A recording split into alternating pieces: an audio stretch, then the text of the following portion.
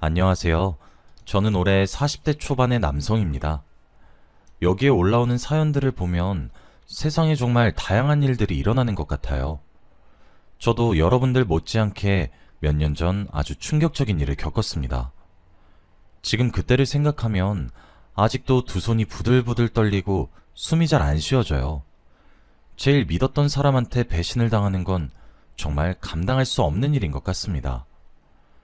여러분도 저의 이야기를 들으시고 분명 놀라실 거예요. 저는 제가 첫눈에 반한 여자와 결혼을 했습니다. 정말 우연히 만났던 사람인데 저는 그 여자를 보고 머릿속에서 종이 울렸고 세상에 그 여자밖에 보이지 않았죠. 저와 전혀 아는 사람도 아니었고 우연히 한 커피숍에서 만난 여자였는데 너무 예쁘고 이 사람이 아니면 저는 안 되겠다는 생각이 들 정도였습니다. 원래 제가 여성분들한테 전화번호를 물어보거나 먼저 다가가는 성격이 전혀 아니에요. 그런데 그때는 무슨 자신감이었는지 슬리퍼를 질질 끌고 카페에 갔는데 그날 그 복장 그대로 여성분께 전화번호를 물어보았습니다. 그 여자는 저를 위에서 아래로 훑더니 조금 당황해했고 전화번호를 주었죠. 저는 아직도 그날 그녀가 뭘 입고 있었는지 정확히 기억합니다. 검정색 미니스커트에 흰색 블라우스를 입고 있었죠. 아무튼 저는 설레는 마음으로 집으로 돌아와 그녀에게 연락을 했고 저희는 그때부터 만나기 시작했습니다. 정말 대화도 잘 통하고 공감대도 잘 맞는 거 있죠? 그녀와 만날수록 운명이란 것이 세상에 존재한다고 믿게 되었습니다. 그러다 보니 이 여자와 결혼까지 하고 싶었죠. 그런데 그 여자는 저와 결혼을 하고는 싶지만 연애를 조금 더 오래 해보고 싶다고 했습니다. 저도 그 마음을 다 이해했고 그녀가 하고 싶은 대로 하게 해주었죠. 그런데 그녀는 딱 한 가지 지키는 것이 있었습니다. 바로 혼전 순결이었어요. 그녀는 30대가 다 되어가는 나이였지만 어릴 때부터 혼전 순결을 꼭 지켜왔다고 합니다. 그래서 그걸 이해해줄 수 있는 남자를 만나고 싶대요.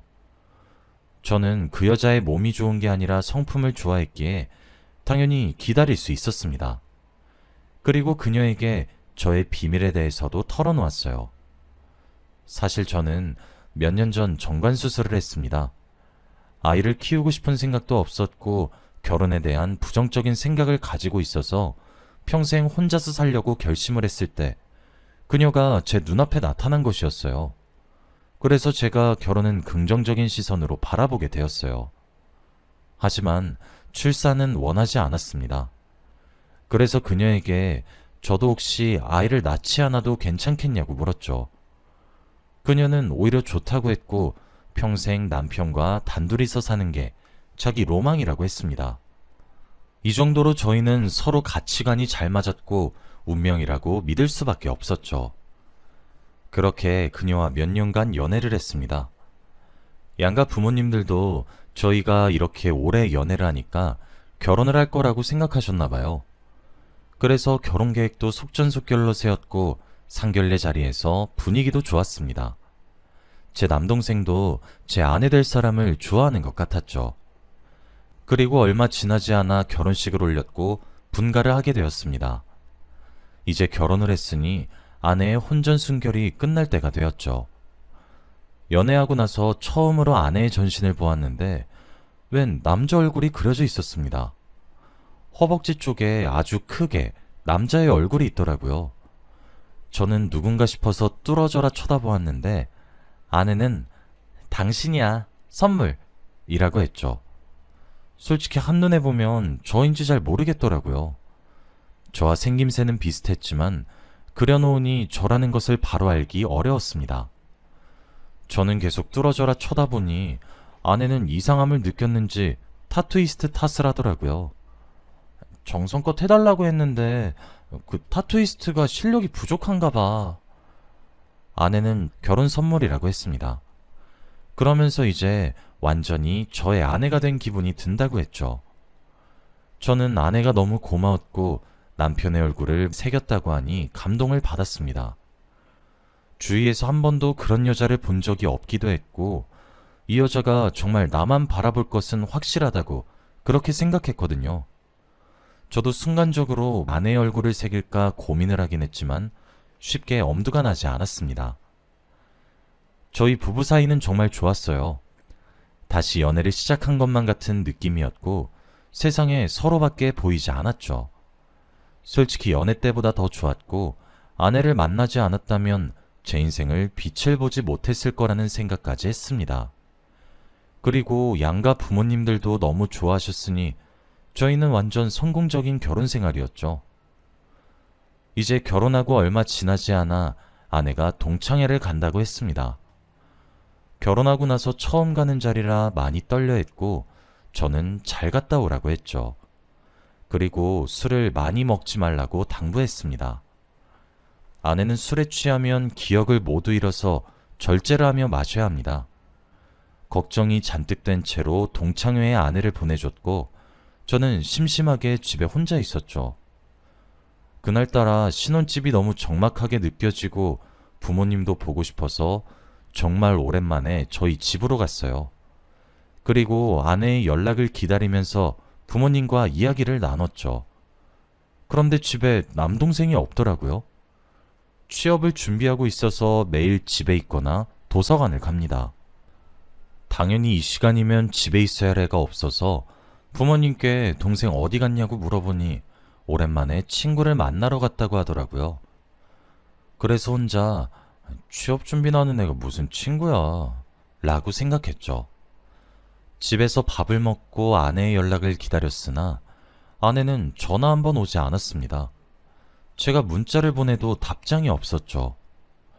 밤 12시가 지날 때까지 연락이 없어서 너무 걱정이 되었습니다. 그리고 아내는 새벽 3시쯤 집에 돌아왔어요. 술에 떡이 돼서 제대로 걷지도 못한 채 집으로 돌아왔고 저는 화가 났습니다. 그런데 술에 취한 사람한테 화를 내는 게 소용이 있겠나요?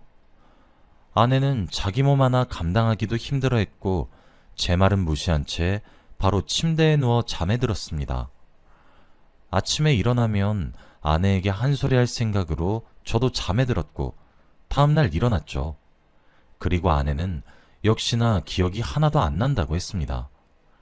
자기가 몇 시에 들어왔고 술을 어디서 어떻게 마셨는지 기억이 안 난대요. 그래서 저에게 미안하다고 사과만 했고 바로 미안하다고 하니까 할 말이 없더군요. 다음부터 술은 절대 안 먹는다고 하길래 그러라고 했고 저는 해장국을 끓여주고 아내를 용서했습니다. 저희 부부는 다시 금슬이 좋아졌고 남들의 부러움을 잔뜩 샀죠. 정말 행복했고 아내와 평생 같이 살 수 있을 것만 같았습니다. 제 운명의 상대라고 생각했죠. 그런데 어느 날 아내가 저에게 충격적인 말을 했습니다. 퇴근을 하고 집에 갔는데 아내가 기쁜 목소리로 저에게 말을 했어요. 제 눈앞에는 두 줄이 그어진 임신 테스트기였고 아내는 나 임신했어 라고 했죠. 저는 너무 당황스러웠습니다. 결혼하기 전부터 수술을 해서 아이를 가질 수 없다고 했는데 임신을 했다고 당당히 말하니까요. 제가 당황스러운 표정을 지으니까 아내가 예상했다는 듯이 반응했고 수술은 아예 임신을 못 시키는 게 아니라고 해요. 낮은 확률로 임신이 될 수 있다고 합니다. 자신이 다른 남자의 아이를 가진 거라고 착각하지 말라고 했고 무조건 저의 자식이 맞대요. 저는 그런 말을 몇 번 들어본 적이 있긴 하지만 주위에서 그런 사례가 없기 때문에 당황스러웠죠. 그래도 제가 믿는 아내가 임신을 했다고 하니까 철석같이 믿었어요. 이것도 하늘에서 내려준 운명이라고 생각했거든요. 아내가 임신하면서 정말 살뜰히 모셨습니다. 손 하나 까딱하지 못하게 하면서 모든 일을 제가 다 했죠. 그리고 양가 부모님도 너무 좋아하셨어요. 아내의 배가 점점 불러올수록 아기와 같이 꾸려나갈 미래가 너무 기대되었습니다. 그리고 병원도 같이 다니면서 정말 아빠가 될 준비를 하고 있었죠. 저희 부부는 하루하루가 너무 행복했습니다. 입꼬리가 귀에 걸려서 잘 내려오지 않았죠. 아내는 이제 만삭이 되어서 출산 준비를 하고 있었습니다. 저는 아내보다 더 긴장을 하면서 밖에서 기다렸고 수술실에서 아기 울음소리가 들렸죠. 그 소리를 듣는 순간 온몸에 소름이 돋으면서 저도 모르게 눈물이 나더라고요. 이제 저는 아기 아빠가 되었고 정말 좋은 가장이 되겠다고 결심을 했습니다. 그리고 병원에서 매일같이 아기를 보러 갔어요. 유리창 너머로 누워있는 제 아기를 보는데 정말 귀여웠습니다. 그런데 우연히 저는 이상한 걸 보았어요. 바로 아이의 혈액형을 보게 되었는데 저와 아내 사이에서 나올 수 없는 혈액형이었습니다. 아이가 누워있는 침대 앞에 붙어져 있었죠. 옆에서 해맑게 웃고 있는 아내를 한번 보니 순간 무서워졌습니다. 저 애가 제 아이가 아닐 수도 있다는 생각이 들었죠. 그리고 그때부터 조금씩 엇나가기 시작한 것 같습니다. 아이를 낳기 전까지 아내를 살뜰히 모셨지만 아이를 낳자마자 태도가 변한 저를 보고 아내가 많이 속상해했어요. 왜 이렇게 사람이 변했냐며 화도 내고 울기도 했죠. 그런데 도저히 생각 정리가 되지 않았습니다. 아이의 혈액형을 보니 머릿속이 너무 어지러웠죠. 아내가 아이를 데리고 집에 돌아오는 동안에도 아무 말 하지 않았습니다. 그리고 제가 혈액형이 이상한 건가 싶어서 다시 혈액형 검사도 받아봤지만 똑같았어요. 그래서 결국 아내 몰래 친자 검사를 의뢰하기로 했습니다. 아내가 자고 있는 사이에 친자 검사를 하는데 필요한 물건들을 챙겼죠. 그리고 다음날 해가 뜨자마자 의뢰를 했습니다. 결과가 나오는데 일주일이 걸린다고 했고 일주일 동안 어떻게 살았는지 몰라요. 정말 맨정신으로는 살 수 없었습니다. 매일 퇴근 후에 술을 먹고 새벽에 집으로 들어갔고 해가 뜨자마자 바로 집에서 나왔죠. 그리고 아내와 이야기도 안 하고 아기도 눈에 들어오지 않았습니다. 아내는 혼자서 육아를 했고 갑자기 변한 제가 의심스러웠겠죠. 그리고 아이한테는 더욱 관심이 없으니 속상해했습니다. 아내가 이유를 물어도 대답을 해주지 않고 답답했는지 결국 가족들에게 알렸어요. 아내는 저희 부모님한테 제가 요즘 집에 잘 들어오지도 않고 밖에서 술을 먹고 만취가 된 상태로 집으로 돌아와 잠만 자고 나간다고 그렇게 다 일러바쳤고 거기다가 다른 여자를 만나는 것 같다고 했습니다. 당연히 저희 부모님은 이 말을 듣고 화를 내셨고 당장 집으로 오라고 했죠. 그날 제가 의뢰한 유전자 검사 결과가 나오는 날이었고 검사 결과를 본 뒤에 집에 가려고 했습니다. 저는 떨리는 마음으로 결과를 보았어요. 정말 친자가 아니면 어떡하지? 아니면 정말 친자면 어떡하지? 싶었습니다. 긴장한 채 검사 결과지를 보았는데 제 친자식이 아니었습니다. 저는 두 손이 벌벌 떨렸고 화가 미친 듯이 차올랐어요. 바보같이 그것도 모르고 아내가 임신했을 때 공주대하듯 모셨던 거잖아요. 저는 바로 집으로 갔고 제가 들어가자마자 어머니와 아버지는 저에게 큰 소리를 치셨습니다. 그리고 옆에서 제가 혼나고 있는 걸 아내가 보고 있었죠. 저는 부모님의 말이 귀에 들리지 않았고 유전자 검사 결과지를 보여드렸습니다. 다들 검사 결과지를 보시면서 표정이 굳으셨고 아내도 달려와서 보았죠. 당연히 미안하다고 용서를 구할 줄 알았던 아내는 오히려 이게 뭐야? 누구 유전자인데? 라고 모른다고 했고 저는 그럴수록 더 화가 났죠. 니 애랑 나 유전자 검사했는데 친자 아니더라? 솔직히 말해. 누구 애야? 너 대체 어떤 놈이랑 그런 거야? 결국 저는 소리를 치고 말았죠. 아내는 계속 무슨 소리냐며 제 아이가 맞다고 했고 검사 결과지가 잘못됐다고 했습니다. 저는 혈액형도 이런 혈액형이 나올 수 없다고 반박했고 아내는 계속 똑같은 말만 되풀이했지요.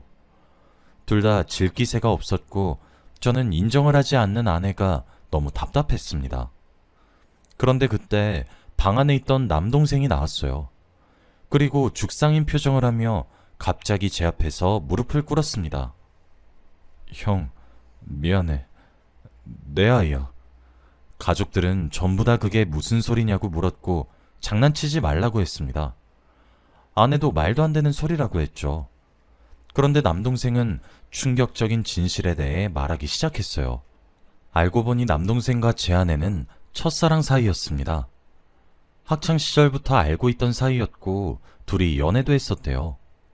그러다가 상견례 자리에서 둘은 처음 보았다고 합니다. 아내가 솔직히 결혼을 해도 되는 건가 싶었지만 그래도 그때는 제가 너무 좋았기에 동생한테 그냥 모른 척하고 살자고 했다네요. 그래서 그렇게 살다가 동창회에서 만나게 되었다고 합니다.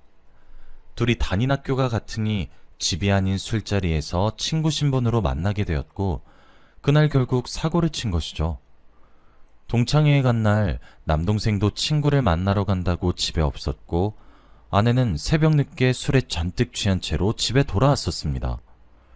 저는 모든 퍼즐 조각이 다 맞추어졌죠. 저는 그 말을 듣고서도 거짓말하지 말라고 말을 했어요. 일부러 형수제 숨겨주려고 그러는 거면 다시 방으로 돌아가라고 했습니다. 그런데 남동생은 울면서 말을 했어요. 형수 다리에 남자 문신 있는 거 알지? 그거 내 얼굴이야. 저는 그 말을 듣고 다리에 힘이 풀려 주저앉아 버렸어요. 저와 닮긴 했지만 저라고 확답을 내지 못하게 생긴 이유가 바로 제 남동생 얼굴이었기 때문입니다. 그리고 둘이 사귀었을 때 한 문신이어서 일부러 저에게 혼전순결이라고 거짓말한 거래요. 결혼 선물이라는 말도 안 되는 거짓말을 하면서 말입니다. 아내도 그날 필름이 끊겨서 기억이 전혀 안 난다고 했고 믿을 수 없다고 했습니다. 부모님은 이미 뒷목을 잡고 쓰러지셨고 저희 집은 풍비박산이 났습니다. 아내는 다음날 해가 뜨자마자 바로 유전자 검사를 하러 갔어요. 남동생과 아이, 그리고 저와 아이 말이죠. 그런데 결과는 예상과 같이 남동생의 친자로 나왔습니다.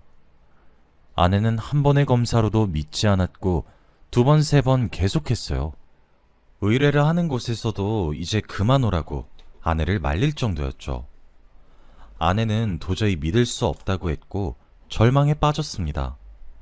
그리고 그제서야 미안하다고 저한테 사과를 했어요. 정말 하루 실수였고 전혀 기억도 나지 않는다고 했습니다. 이런 쓰레기 같은 사람한테 제가 첫눈에 반하고 결혼까지 한 게 너무 한심하고 후회스러워요. 시간을 되돌릴 수만 있다면 당장 되돌리고 싶었습니다. 아예 그녀를 만나기 전으로 돌아가서 이런 악연을 시작하고 싶지도 않아요. 부모님은 당장 아이를 데리고 집에서 나가라고 했고 그 여자는 끝까지 저를 붙잡았어요. 그리고 저는 이혼을 요구했습니다. 어차피 제 아이도 아니니 양육비를 줄 필요도 없었고 얼굴을 더 이상 보고 싶지 않았기에 깔끔하게 합의이혼으로 하게 되었죠. 제가 이혼을 하자고 하니 절대 이혼만큼은 안 된다고 했습니다. 그런데 동생은 그 여자한테 다시 재결합을 하자고 했습니다. 자기 자식이니 자기가 책임지겠다고 하면서 말이에요. 아내는 말도 안 되는 소리라고 제발 꺼지라고 했고 동생은 물러서지 않았습니다. 저는 어엿한 직장인이고 동생은 아직 취업 준비생이니 당연히 아내가 결혼하려고 하지 않겠죠. 그리고 둘이 헤어졌었던 이유도 성격 차이라고 합니다. 정말 하나부터 열까지 전혀 맞지 않았대요. 그래서 매일 싸우고 다투다가 화해의 의미로 즉흥적으로 다리에 제 남동생 얼굴을 문신으로 새긴 거고 그래도 계속 싸워서 결국 헤어졌다고 해요. 아내는 자기와 맞지 않은 사람과 살기 싫다고 했고 이미 남동생이 남자로 보이지도 않는데요. 그리고 자기도 피해자라며 억울하다고 했죠. 저는 그들을 무시했고 집에서 둘 다 나가라고 했습니다. 동생은 미안하다며 도저히 제 얼굴 보고 살 수 없겠다고 했고 집을 나갔어요. 그리고 그 여자도 계속 매달리다가 결국 경찰을 부른다고 하니 아이를 데리고 나가더라고요. 부모님은 이제 둘째 아들 없는 셈 치겠다고 하셨죠. 집을 나가고 나서 그들과 전혀 연락을 하지 않습니다. 어떻게 살고 있는지 알고 싶지도 않아요. 지금은 몇 년이나 지나서 마음 한구석에 아픈 경험으로 남아있지만 그래도 예전보다는 많이 나아졌습니다. 그리고 얼마 전 남동생의 소식을 알게 되었어요. 들어보니 돈을 벌러 해외에 갔다고 하더군요. 부모님에게 가끔씩 연락을 하는 것 같은데 저에게는 한 번도 연락을 한 적이 없습니다. 아마 이렇게 형제 사이는 갈라서게 되는 거겠죠. 저는 그 일이 있고 나서 여자를 잘 만나지 못하게 되었습니다. 한때 정말 운명이라고 느꼈고, 이 여자 아니면 절대 다른 여자를 만나지 못하겠다고 굳게 믿었었는데, 제가 이렇게 뒤통수를 당했잖아요. 그러다 보니 이제 사람을 잘 믿을 수 없게 되었고, 연애에 대한 흥미도 식었습니다. 저는 혼자가 좋고 현재를 즐기고 있어요. 다들 저의 이야기를 들으시고 위로와 충고 혹은 조언도 해주시지만 전 이제 그런 거 받지 않아도 괜찮습니다. 제 생각에는 지금 이렇게 글을 쓰면서 과거를 생각할 때도 아무렇지 않습니다. 그들에게 복수하는 건 제가 행복하게 사는 거라고 생각해요. 여러분은 저 같은 일 겪지 않으셨으면 해서 말씀드립니다. 다들 사람 너무 믿고 큰 코 다치지 마시고 꼭 행복하시길 바래요. 저의 이야기는 여기까지입니다. 들어주셔서 감사합니다.